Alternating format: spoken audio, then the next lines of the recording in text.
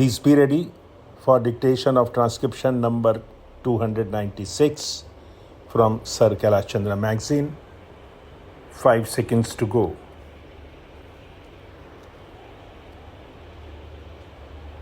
Start. Mr. Chairman, there is no doubt that a measure of this kind is required when we want to promote public libraries in our country, and I am glad the Honorable Minister has taken this opportunity of giving us some idea of the policy of the government with regard to this matter. But what he has said is dismally disappointing. The Congress has been in power for so many years, and the present government has been there after the new parliament was elected for about 5 years. All that we have been told is that they had set up only 2 new libraries and that another one will be started soon. The first one, of course, has been in existence for a long time. This is not a record which does credit to the government, but it only shows that insofar as the policy of promoting public libraries in this country is concerned, government has been dismally negligent in the matter and has done practically nothing to promote such libraries. I think that on that score, government well deserves condemnation from all sections of public opinion in our country. Now, do we understand that the government does not have resources for starting such libraries? I do not think that that will be the contention of the government, that it does not have the wherewithal to start such libraries. They have plenty of cash and they can certainly employ that for starting public libraries. Therefore, on that score, at least government cannot seek justification for the policy followed in this matter. Mr. Chairman, I have a feeling that these are matters which are considered to be of extremely secondary importance by the central government. Sometimes something is done with a view to putting up a show, or at least for saying that they are going to do something, but actually no better step is taken to develop such institutions as public libraries. Had it been otherwise, we would have got by now a larger number of libraries than we have got today.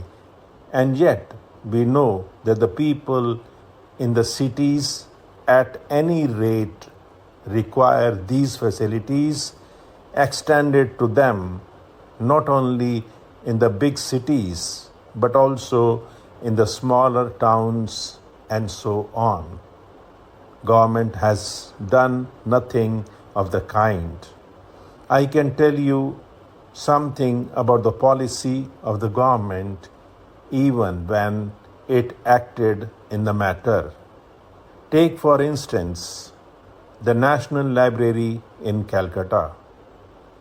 A disreputed Viceroy's house has been found for accommodating the library. It is far away and out of place.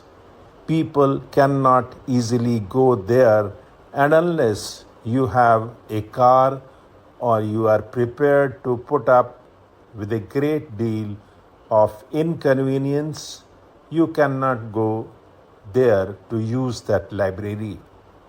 I am not saying that that library should be shifted to some other place, but a demand has been made from all sections of public opinion in Calcutta that with a view to making the library readily accessible to the reading public, there should be better transport. Nothing has been done in that regard by the government so far, with the result that many of our research scholars, students, and others who care to read in the library do not have the minimum facilities of transport to get there in time and to do some work there. This is one example of carelessness in regard to such matters. Yet it is a very simple matter which could have been remedied by improving transport facilities. Now, about other places, we find from the government statement that Madras, Bombay, and Calcutta are the three places where we will have public libraries under the aegis of the government. There are very many cities in our country, and some are very important from every angle. There are places of culture where we have got big universities, and also for other reasons the places are known for their activities which require library facilities. The government does not have any scheme. Even in the second 5-year plan, such matters have not been given due attention at all by the planners. We know that there has been a lot of cut in the allocations of funds in the second 5-year plan for education. The Ministry of Education has justifiable grievance on that score, but at the same time they should make it known to the public that these are the indispensable schemes for which they require aid from the government or the planning commission, so that public opinion could be mobilized about that. I know there have been ministers, deputy ministers, and secretaries who have complained against the allocations that have been made as being very, very inadequate. I share their sentiments and I share their views, but at the same time, the government have not produced any arresting scheme with a view to attracting public opinion behind them so that more money could be had for this purpose. It is a matter of misfortune that the Education Ministry should not have started libraries. Stop.